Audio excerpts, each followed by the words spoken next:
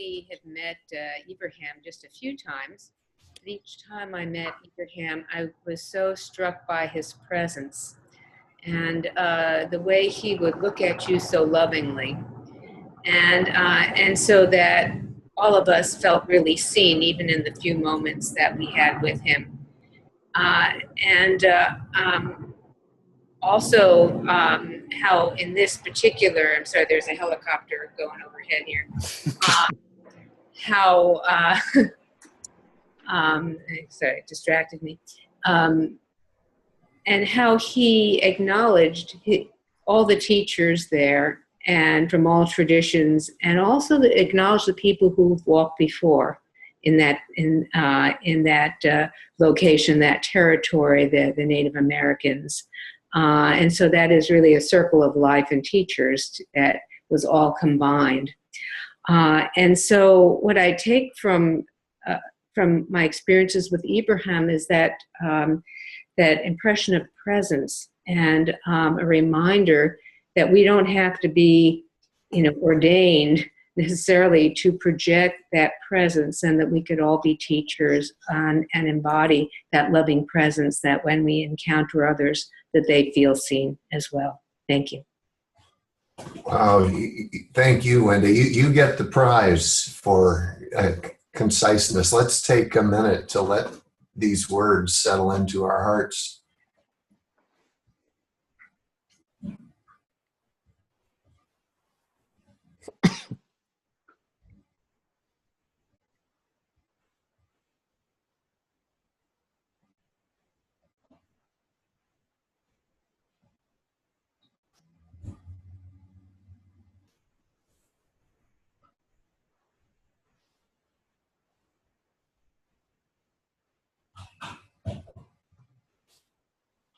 Thank you. Lynn, I wonder if you would share with us now, please.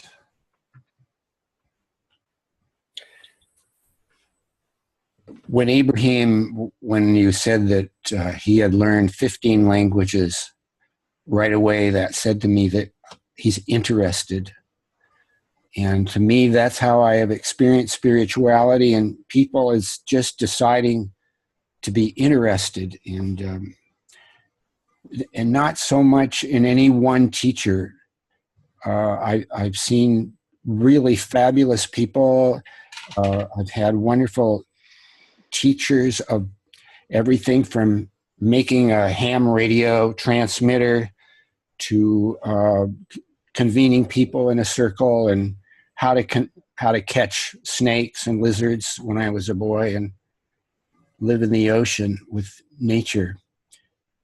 But I've also seen that teachers are all human, so I have never been very interested in having one supreme teacher or projecting specialness on any one person. But I've experienced life by, I like that metaphor of the monkeys, actually experiencing stillness, being able to be still in a circle of people where there's some chaos and even hostility, and to be able to be still and take in the other. I've also experienced strength in community, first in my Jewish community, but I've also experienced how even one community can become enclosed and protected and toxic, and prevent one from experiencing the whole of wisdom and teachers every day outside of the circle. So that's kind of how I have experienced life. One of the teachers that Libby mentioned, many teachers actually in that early community of people, I saw them work with people, not only with data and what was the obvious, but intuit what people needed in a gathering. And that was something I never knew, a capacity that was available to me and important, and how to test your intuition, being right or wrong in the midst of a circle of people, to see what was needed and then improve one's intuition. Testing our sense of the invisible with people. So that's how I have experienced teachers and spirituality and appreciating the whole and everybody, as Ibrahim said. Thank you, Len, and thank you for having such a finely tuned internal clock. Ofu, if you would share with us, please. And you're mute. There you go. Thank you. I am so inspired. I came in late, but I'm so inspired by the teaching of Ibrahim Farage. There is one word that I picked as soon as I connected. I heard him saying, beholding differences and beholding beauty. And I heard again now Lynn Truman saying that Ibrahim Farage speaks 15 languages, and I see his interest in diversity. I see that spirituality, it is not the property of one religion. Mm-hmm. And spirituality is a gift of divinity. And I have been privileged to speak with a Buddhist. I'm a Christian religion origin foundation. I'm in background.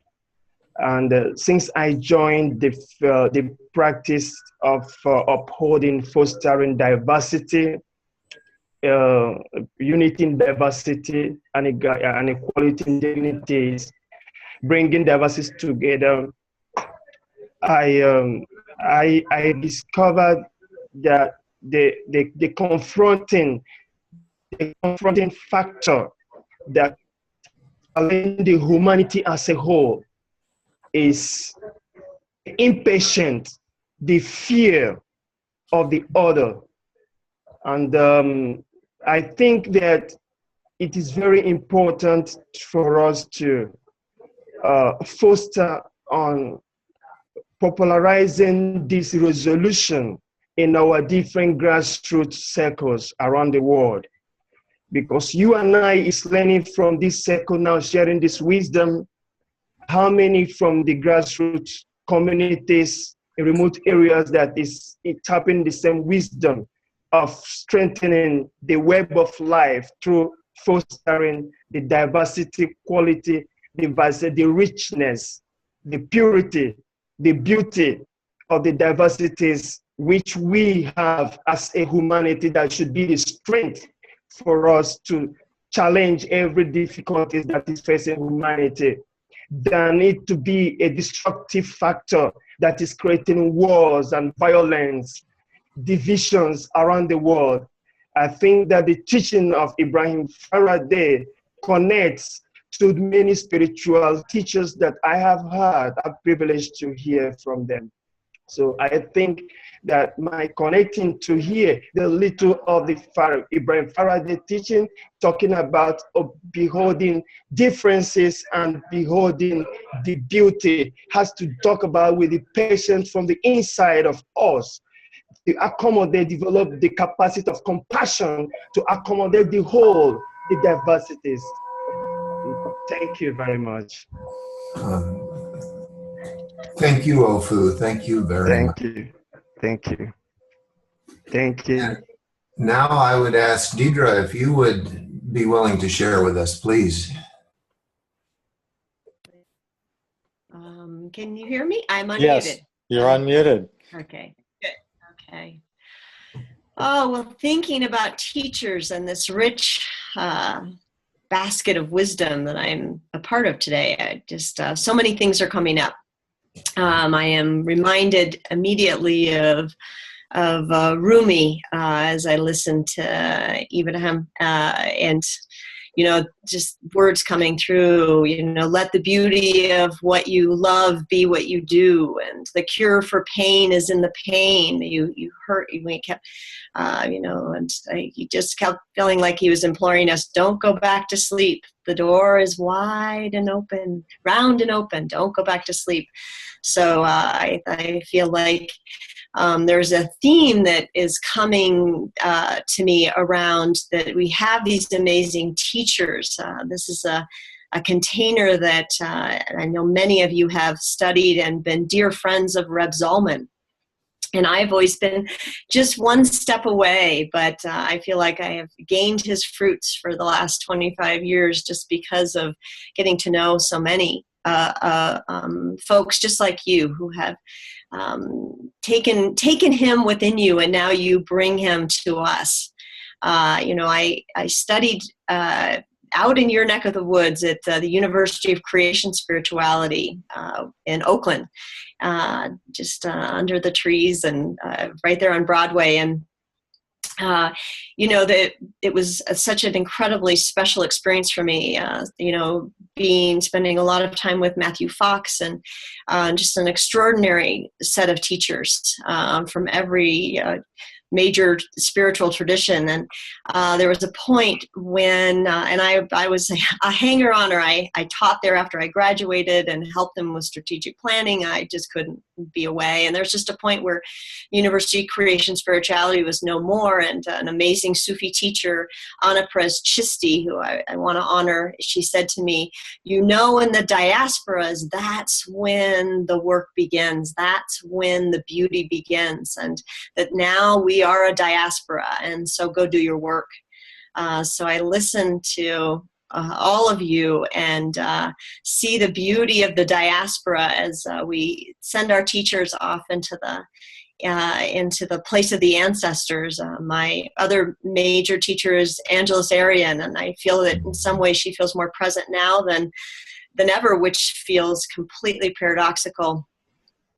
So I appreciate as you bring these teachers to us, and Ibrahim, I'm really thrilled that you have made this possible for me today. So thank you all. Thank you all.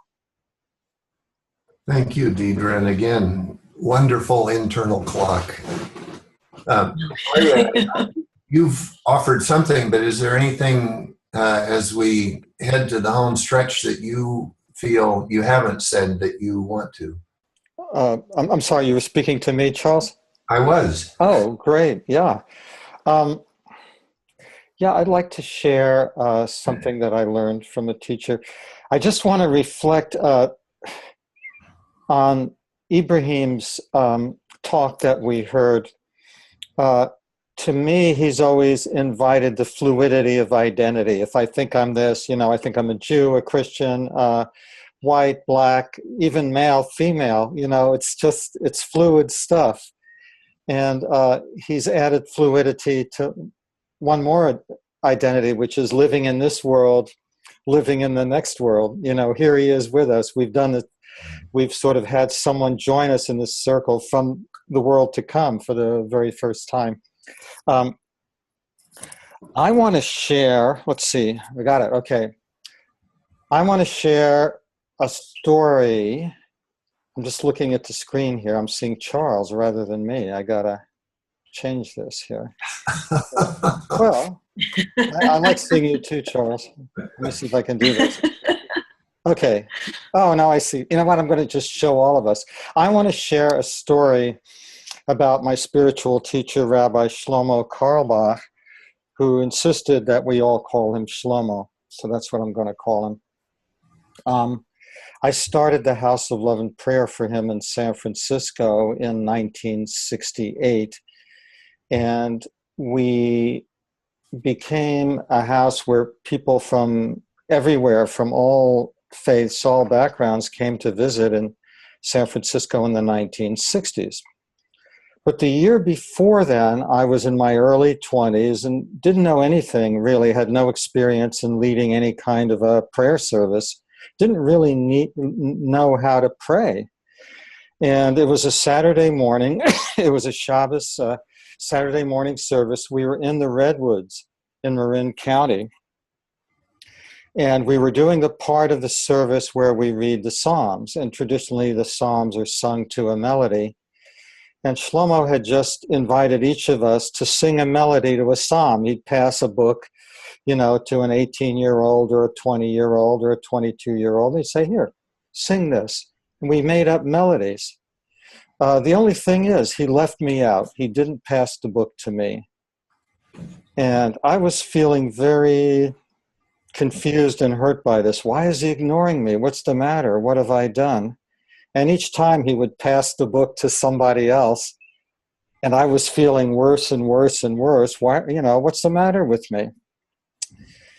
And then we were sitting in this wooden picnic table, and I looked at the person next to me. It was a young kid, maybe a 16-year-old high school kid, and he looked kind of lost and like he didn't know what he was doing with this group of people. And I was looking at him and I thought to myself, well, Shlomo, if you don't pass the book to me, at least you could pass it to him. And then I looked up and Shlomo caught my eye and smiled, and he passed the book to me. Mm-hmm. And by doing that, he taught me the secret of prayer.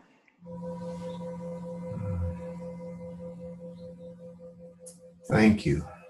Thank you.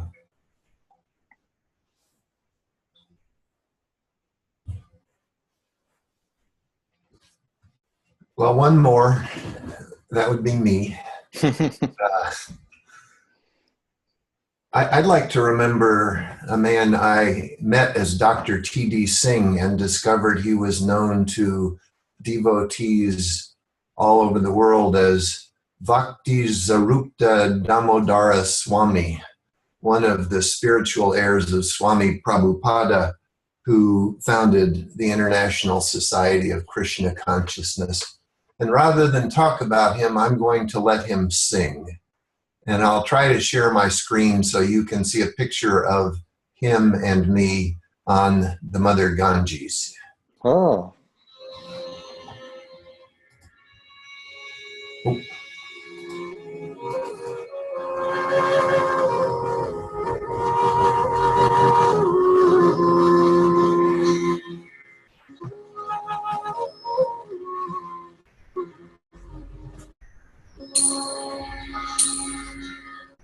Oh my God, Timeram Gyanam Jana Shalaka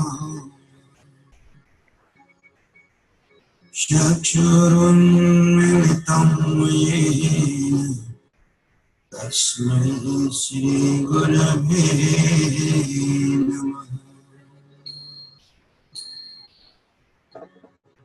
Namah Namo Vishnu Padaya Krishna Prasthaya Bhutale Srimate Bhakti Vedanta Swami Niti Namine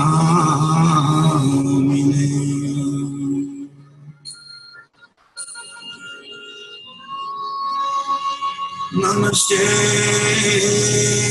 Saraswati Devi Gauravani Acharine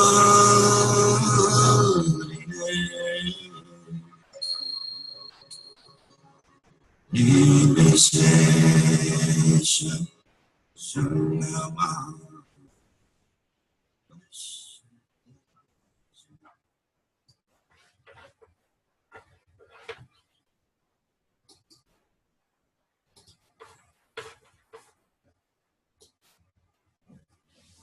I'm afraid that sound may not have been particularly good, but hopefully you got a little flavor of, in my experience, what it sounds like to hear an angel singing. And that was my impression of his presence on this earth and in my life the whole time I knew him. He's been gone for a few years, having died of a broken heart after a religious ceremony he was part of was interrupted by a terrorist bombing that killed 3 people. So I'm glad he is with us today.